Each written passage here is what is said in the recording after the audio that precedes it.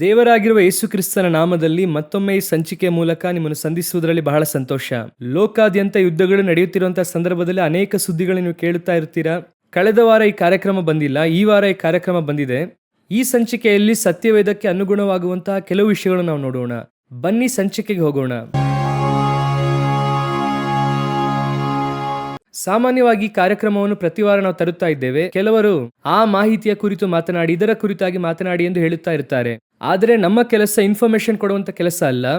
ಬೈಬಲಲ್ಲಿ ಇರುವಂತಹ ಸಂಭವಗಳನ್ನು, ಲೋಕದಲ್ಲಿ ಇಂದು ನಡೆಯುತ್ತಾ ಇರುವಂತಹ ಸಂಭವಗಳನ್ನು ಕಂಪೇರ್ ಮಾಡಿ ನಾವು ಹೇಳುತ್ತಿದ್ದೇವೆ. ಅದು ಹೇಗೆ ಪ್ರವಾದನೆಯಾಗಿ ನೆರವೇರುತ್ತಾ ಇದೆ ಎನ್ನುವಂಥದ್ದು ಮಾತ್ರವೇ. ಲೋಕದಲ್ಲಿ ನಡೆಯುತ್ತಿರುವಂತಹ ಎಲ್ಲಾ ಸಂಭವಗಳಿಗೂ ನಾವು ಇನ್ಫಾರ್ಮೇಶನ್ ಕೊಡಬೇಕೆನ್ನುವಂತ ಅವಶ್ಯಕತೆ ಇಲ್ಲ.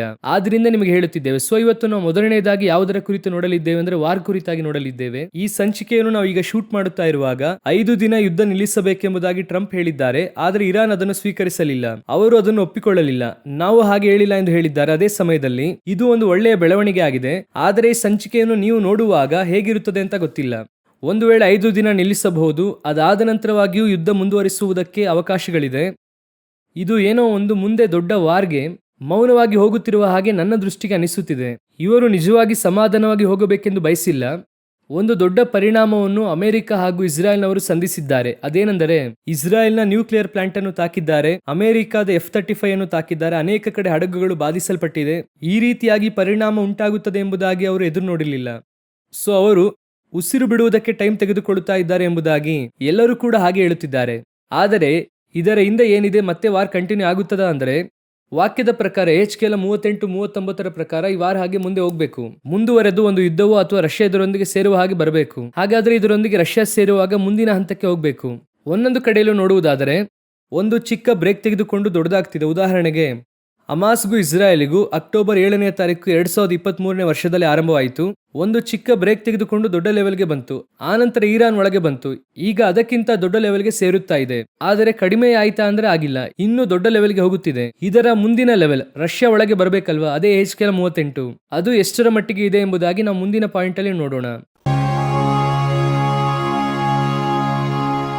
ನೀವೀಗ ಚೆನ್ನಾಗಿ ಗಮನಿಸುವುದಾದರೆ ರಷ್ಯಾ ಎಲ್ಲಾ ವಿಧದಲ್ಲೂ ಕೂಡ ಸಹಾಯ ಮಾಡುತ್ತೇವೆ ಎಂಬುದಾಗಿ ಬಹಿರಂಗವಾಗಿ ಅನೌನ್ಸ್ ಮಾಡಿದೆ.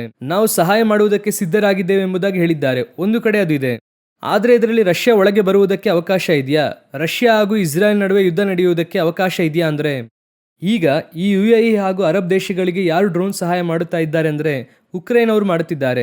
ಅವರು ರಷ್ಯಾದಿಂದ ಹೇಗೆ ಡ್ರೋನ್ ಇಂದ ನಾವು ತಪ್ಪಿಸಿಕೊಂಡ್ವಿ ಎನ್ನುವಂತ ಟೆಕ್ನಾಲಜಿಯನ್ನು ಎಲ್ಲರಿಗೂ ಕೂಡ ಕೊಡುತ್ತಿದ್ದಾರೆ. ಅವರು ಈಗ ಏನ್ ಹೇಳಿದ್ದಾರೆ ಅಂದ್ರೆ ಇಸ್ರಾಯೇಲ್ಗೆ ಸಹಾಯ ಮಾಡುತ್ತೇವೆ ಎಂಬುದಾಗಿ ಹೇಳಿದ್ದಾರೆ. ಇನ್ನೊಂದು ಕಡೆ ಇಸ್ರಾಯೇಲ್ ಕೂಡ ಅದನ್ನು ಕೇಳಿದೆ, ಆ ಡ್ರೋನ್ ಟೆಕ್ನಾಲಜಿ ನಮಗೆ ಹೇಳಿಕೊಡಿ ಅಥವಾ ಅದನ್ನು ಕೊಡಿ ಎಂದು ಕೇಳಿದೆ.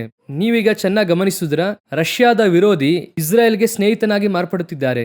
ಆಟೋಮೆಟಿಕ್ ಆಗಿ ವಿರೋಧಿಗೆ ವಿರೋಧಿ, ಸ್ನೇಹಿತನಿಗೆ ಸ್ನೇಹಿತ ಆ ಲೆವೆಲ್ಗೆ ಇದು ಹೋಗುತ್ತಾ ಇದೆ. ಸೊ ಈಗ ಏನಾಗುತ್ತದೆ ಎಂದು ಕೇಳುವುದಾದರೆ, ಉಕ್ರೇನ್ ನ ಡ್ರೋನ್ ಟೆಕ್ನಾಲಜಿಯನ್ನು ಇವರು ಯೂಸ್ ಮಾಡುವಾಗ ರಷ್ಯಾ ಯುಕ್ರೇನ್ ಅನ್ನು ತಾಕುತ್ತದೆ ಹಾಗೂ ಇಸ್ರಾಯೇಲ್ ಅನ್ನು ಕೂಡ ತಾಕುವುದಕ್ಕೆ ಅನೇಕ ಅವಕಾಶಗಳು ಏರ್ಪಡುತ್ತಾ ಇದೆ. ಅದನ್ನೇ ನಾವೀಗ ಈ ವಾರನ ಮುಂದಿನ ಹಂತವಾಗಿ ನೋಡುತ್ತಿದ್ದೇವೆ. ಈ ವಾರಲ್ಲಿ 2 ಬ್ಯಾಚ್ ಆಗಿ ವಿಂಗಡವಾಗುವುದನ್ನು ನೋಡುತ್ತಾ ಇದ್ದೀರಾ. ಅಮೆರಿಕಾಗೆ ಎದುರಾಗಿ ಯುರೋಪ್ ದೇಶಗಳು ಹೋಗಿದೆ. ಅದೇ ರೀತಿ ಬೆಂಬಲವಾಗಿ ಕೆಲವು ದೇಶಗಳು ಬಂದಿದೆ. ಈ ಕಡೆ US ಗಲ್ಫ್ ದೇಶಗಳು ಎದುರಾಗಿ ಹೋಗುತ್ತಾ ಇದೆ. ಅವ್ರು ಏನಂದುಕೊಳ್ಳುತ್ತಿದ್ದಾರೆ ಅಂದ್ರೆ, ಅಮೆರಿಕದೊಂದಿಗೆ ಇರುವುದು ನಮಗೆ ಸಂರಕ್ಷಣೆ ಅಲ್ಲ. ಅಮೆರಿಕ ಇತ್ತು ಎಂಬುದಾಗಿ ನಾವು ಅಂದುಕೊಂಡಿದ್ವಿ, ಆದ್ರೆ ಇರಾನ್ ಇಂದ ತಪ್ಪಿಸುವಷ್ಟರ ಮಟ್ಟಿಗೆ ಅಮೆರಿಕ ಪವರ್ಫುಲ್ ಇಲ್ಲ. ಸೊ ನೆಕ್ಸ್ಟ್ ನಂಬಿಕೆಯ ಮಿತ್ರನಾಗಿ ಯಾರನ್ನು ನೋಡೋದು? BBC-ಯಲ್ಲೂ ಕೂಡ ಇದರ ಕುರಿತು ಮಾತನಾಡಿದ್ದಾರೆ. ಅವ್ರು ಏನ್ ಹೇಳುತ್ತಾರೆ ಅಂದ್ರೆ, ರಷ್ಯಾನ ಚೀನಾನ ಅಂತ ಯೋಚನೆ ಮಾಡುತ್ತಿದ್ದಾರೆ, ಆದರೆ 2 ದೇಶ ಇರುವುದಕ್ಕೆ ಅವಕಾಶ ಇಲ್ಲ ಎಂಬುದಾಗಿ. ಆದರೆ ಕಡೆಯದಾಗಿ ಅಲ್ಲೇ ನಿಲ್ಲುತ್ತಾರೆ. ನೀನು ಎಲ್ಲರಿಗೂ ಕಾವಲಾಗಿ ಇರು ಎಂಬುದಾಗಿ ರಷ್ಯಾದ ಕುರಿತಾಗಿ HKL 38ನೇ ಅಧ್ಯಾಯದಲ್ಲಿ ಹೇಳುತ್ತದೆ. ಈಗ ಹೇಗೆ ಅಮೆರಿಕ ಇದೆಯೋ ಅದೇ ಸ್ಥಳದಲ್ಲಿ ರಷ್ಯಾ ಬರುತ್ತದೆ, ಬಂದು ಕಾವಲುಗಾರನಾಗಿ ಮಾರ್ಪಡುತ್ತದೆ. ಮಾರ್ಪಟ್ಟು ಇವರ ನಾಯಕತ್ವದಲ್ಲೇ ಇದು ನಡೆಯಬೇಕು. ಇದೇ ಮುಂದಿನ ಘಟ್ಟವಾಗಿ ಯುದ್ಧದಲ್ಲಿ ನಡೆಯುವಂತಹ ಮೂವ್ ಇದೇ ನಡೆಯಬೇಕು. ಇದನ್ನು ದಾಟಿ ಇನ್ನೊಂದು ಬಹಳ ಮುಖ್ಯವಾದ ವಿಷಯ ಇಸ್ರಾಯೇಲ್ನಲ್ಲಿ ನಡೆದಿದೆ. ಅದನ್ನೇ ನಾವು ಮುಂದಿನ ಪಾಯಿಂಟ್ ಅಲ್ಲಿ ನೋಡಲಿದ್ದೇವೆ. ಈ ಯುದ್ಧದಲ್ಲಿ ಇಸ್ರೇಲ್ ಬಹಳ ಮುಖ್ಯವಾದ ವಿಷಯ ಹೇಳುತ್ತಾ ಇದೆ. ಇದು ರಂಜಾನ್ ತಿಂಗಳು, ಪರಿಶುದ್ಧ ತಿಂಗಳಂತ ಹೇಳ್ತಾರೆ. ಆ ತಿಂಗಳು ಚೆನ್ನಾಗಿ ಗಮನಿಸುವುದಾದ್ರೆ ಫಸ್ಟ್ ಅವ್ರು ಏನ್ ಮಾಡಿದ್ರು, ಆ ಮಾಸ್ಕ್ ಅನ್ನು ತಮ್ಮ ಕಂಟ್ರೋಲ್ ಅಲ್ಲಿ ತಗೊಂಡ್ರು. ಸ್ವಲ್ಪ ದಿನ ಅಂದ್ರೆ 2-3 ದಿನಗಳಾದ ನಂತರವಾಗಿ ಅವ್ರು ಏನ್ ಹೇಳಿದ್ರು ಅಂದ್ರೆ, ಈ ಮಾಸ್ಕ್ ಅನ್ನು ಕ್ಲೋಸ್ ಮಾಡಿ ಒಳಗೆ ಬಂದು ಅವರು ಆರಾಧನೆ ಮಾಡಬಾರದು ಎಂಬುದಾಗಿ ಕೂಡ ಹೇಳಿದ್ರು. ಆನಂತರ ಏನ್ ಹೇಳುವುದಕ್ಕೆ ಆರಂಭಿಸುವುದಂದ್ರೆ ಈ ಮಾಸ್ಕಿನ ಮೇಲೆ ಕ್ಷಿಪಣಿಗಳು ಹಾರುವುದಕ್ಕೆ ಆರಂಭಿಸಿದೆ. ಈ ತಿಂಗಳಲ್ಲಿ ಪುಣ್ಯಕ್ಷೇತ್ರದ ಮೇಲೆ ಮಿಸೈಲ್ ಎಲ್ಲ ಹಾರಿಸುತ್ತಾ ಇದ್ದಾರೆ ಇರಾನ್. ನೋಡಿ, ಇದೇ ಅವರು ಕೊಡುತ್ತಿರುವಂತಹ ಗೌರವ ಎಂಬುದಾಗಿ ಒಂದು ನ್ಯೂಸ್ ಅನ್ನು ಬಿಡುಗಡೆ ಮಾಡಿದ್ರು. ಅದನ್ನು ದಾಟಿ ನೋಡುವುದಾದ್ರೆ ಇರಾನ್ ನಿಂದ ಬಂದಂತಹ ಕ್ಷಿಪಣಿ ಹೆಚ್ಚು ಕಮ್ಮಿ 1 ಕಿಲೋಮೀಟರ್ನ ಒಳಗೆ, ಇನ್ನು ಹೇಳಬೇಕಂದ್ರೆ ಅಲೆಕ್ಸಾ ಮಾಸ್ಕ್ ನ ಕಾಂಪೌಂಡ್ ಹತ್ರ ಬಿದ್ದಿದೆ. ಅಂದ್ರೆ ಅದರ ಪಕ್ಕದಲ್ಲಿ ಬಂದು ಬಿದ್ದಿದೆ. 700 ಮೀಟರ್ ಅಷ್ಟು ದೂರ ಅಂತ ಹೇಳುತ್ತಿದ್ದಾರೆ.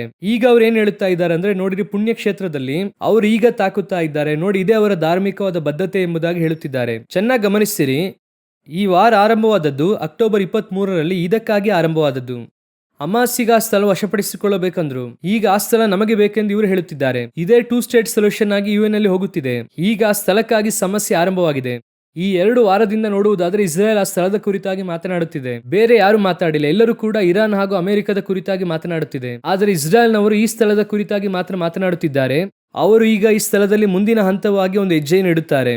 ಇದನ್ನೇ ನಾವು ಬಹಳ ದಿನದಿಂದ ಹೇಳುತ್ತಾ ಇದ್ದೇವೆ. ಆ ಸ್ಥಳವನ್ನು ಸಂಪೂರ್ಣವಾಗಿ ಅವರು ತಮ್ಮ ಕೈಗೆ ತಗೊಳ್ತಾರೆ. ಅದನ್ನು ವಶಪಡಿಸಿಕೊಳ್ಳುವುದಕ್ಕೆ ಎಲ್ಲಾ ಕೆಲಸ ಅವರು ಮಾಡುತ್ತಾ ಇದ್ದಾರೆ. ಅದು ನಡೆಯುತ್ತದೆ. ಒಂದು ಭೂಕಂಪವೋ, ಒಂದು ಯುದ್ಧವೋ, ಅಥವಾ ಈ ಕ್ಷಿಪಣಿ 700 ಮೀಟರ್ ದೂರದಷ್ಟು ಬಂದು ಬಿತ್ತಲ್ವಾ, ಅದರ ಮುಂದೆ ಬೀಳುವುದಕ್ಕೂ ಕೂಡ ಅವಕಾಶ ಇದೆ. ಹೇಗೋ ಏನೋ ಈ ಸ್ಥಳ ಸಂಪೂರ್ಣವಾಗಿ ಅವರ ಕಂಟ್ರೋಲ್ಗೆ ಹೋಗುತ್ತದೆ. 3ನೇ ದೇವಾಲಯವನ್ನು ಕಟ್ಟುವಂತ ಕೆಲಸವನ್ನು ಆ ಸ್ಥಳದಲ್ಲಿ ಆರಂಭಿಸುವುದಕ್ಕೆ ಆ ಸ್ಥಳ ಅವರಿಗೆ ಸಿಗುತ್ತದೆ. ಅದನ್ನೇ ಅವರು ಈಗ ಆರಂಭಿಸಿದ್ದಾರೆ. ಬಹು ಶೀಘ್ರದಲ್ಲಿ ಈ ಸ್ಥಳ ನಮಗೆ ದೊರೆಯಿತು ಅಂತಹ ಒಂದು ಪರಿಸ್ಥಿತಿ ಅವರು ಹೇಳುವಂತ ಸಮಯ ಬರುತ್ತದೆ.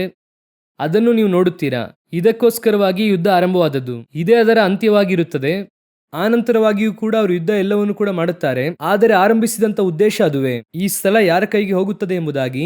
ಈಗ ಸ್ಥಳದ ಕುರಿತಾಗಿ ಅಧಿಕವಾಗಿ ಮಾತನಾಡಲು ಆರಂಭಿಸಿದ್ದಾರೆ. ಅತಿ ಶೀಘ್ರವಾಗಿ ಆ ಸ್ಥಳದ ಕುರಿತಾದ ಸಂದೇಶ ಬರುತ್ತದೆ. ಆ ಸಂದೇಶವೇ ಕ್ರೈಸ್ತರಿಗೆ, ಅವರಿಗೂ ಅದಕ್ಕೂ ಸಂಬಂಧವಿಲ್ಲ, ಆದರೆ ಕ್ರೈಸ್ತರಿಗೆ ಕಡೆಯ ಕಾಲದಲ್ಲಿ ಬಹಳ ಮುಖ್ಯವಾದ ಗುರುತು ಎಂಬುದಾಗಿ ನಾವು ಈಗಾಗಲೇ ಹೇಳಿದ್ದೇವೆ. ನಾವು ಮಾತನಾಡಿದ್ದೇವೆ, ಸಂದೇಶ ಕೊಟ್ಟಿದ್ದೇವೆ. ಅದರ ಕಡೆಗೆ ಇದು ಹೋಗುತ್ತಾ ಇದೆ.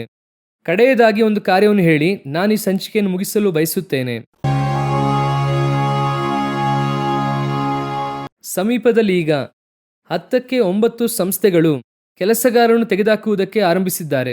ಒಂದು ಸರ್ವೆಯಲ್ಲಿ ಅವ್ರು ಏನ್ ಹೇಳುತ್ತಾರೆ ಅಂದ್ರೆ, 10ರಲ್ಲಿ 9 ಸಂಸ್ಥೆ ಏನ್ ಹೇಳುತ್ತಾರೆ ಅಂದ್ರೆ, ನಮಗೆ AI ಟೆಕ್ನಾಲಜಿ ಒಳಗೊಂಡಿರುವಂತಹ ಇದೊಂದು ಸಾಕು, ನಮಗೆ ಮನುಷ್ಯರುಗಳು ಬೇಡ ಎಂಬುದಾಗಿ. ಸ್ವಲ್ಪ ಸ್ವಲ್ಪವಾಗಿ ಲೇ ಆಫ್, ಕೆಲಸದಿಂದ ತೆಗೆದುಹಾಕ್ತಿದ್ದಾರೆ. ಅಂದ್ರೆ ಮನುಷ್ಯರನ್ನು ರೀಪ್ಲೇಸ್ ಮಾಡುವಂತ ಹಂತಕ್ಕೆ AI ಟೆಕ್ನಾಲಜಿ, ನೆಕ್ಸ್ಟ್ ಬರುವಂತ AJ ಇದೆಲ್ಲವೂ ಕೂಡ ಬಂದಿದೆ. ನಾವು ಇದನ್ನೇ ಬಹಳ ದಿನದಿಂದ ಹೇಳುತ್ತಾ ಇದ್ದೇವೆ. ಮನುಷ್ಯರಿಗೆ ಪರ್ಯಾಯವಾಗಿ ಇದು ಬರುತ್ತದೆ. ನೆಕ್ಸ್ಟ್ ಮನುಷ್ಯನನ್ನು ಆಳ್ವಿಕೆ ಮಾಡುತ್ತದೆ. ಕಡೆಯದಾಗಿ ದೇವರಿಗೆ ಪರ್ಯಾಯವಾಗಿ ಅದನ್ನು ತಂದು ನಿಲ್ಲಿಸುತ್ತಾರೆ ಎಂಬುದಾಗಿ. ಅದಕ್ಕಾಗಿರುವಂತ ಎಲ್ಲಾ ಕೆಲಸಗಳು ಕೂಡ ಈಗ ಆರಂಭವಾಗಿದೆ. ಒಂದು ಕಡೆ ಯುರೋಪ್ ಯೂನಿಯನ್ ತಮ್ಮ ಬಲವನ್ನು, ಅಧಿಕಾರವನ್ನು ಸ್ಥಿರಪಡಿಸಿಕೊಳ್ಳುತ್ತಿದ್ದಾರೆ. ಒಂದು ಕಡೆ AI ಟೆಕ್ನಾಲಜಿ ಮೇಲೆ ಬರುತ್ತಿದೆ. ಇನ್ನೊಂದು ಕಡೆ ಯುದ್ಧಗಳ ಸುದ್ದಿ ಕೇಳುತ್ತಾ ಇದೆ. ದೇವರ ಬರೋಣದ ಗುರುತುಗಳು 100ಕ್ಕೆ 100ರಷ್ಟು ನೆರವೇರುತ್ತಾ ಇದೆ. ನಾವು ಬಹಳ ಮುಖ್ಯವಾದ ಕಾಲಘಟ್ಟದಲ್ಲಿ ಇರುವಂತ ಜನರಾಗಿ ಇದ್ದೇವೆ. ಕರ್ತನ ಚಿತ್ತವಾದರೆ ನಾವು ಈ ಕಾಲಘಟ್ಟದಲ್ಲಿ ದೇವರ ಬರೋಣವನ್ನು ಸಂಧಿಸುವುದಕ್ಕೆ ಬಹಳಷ್ಟು ಅವಕಾಶ ಇದೆ. ಕಾದಿರೋಣ. ದೇವರ ಬರೋಣ ತಡವಾದರೆ ಮತ್ತೊಮ್ಮೆ ಸಂಧಿಸೋಣ. God bless you.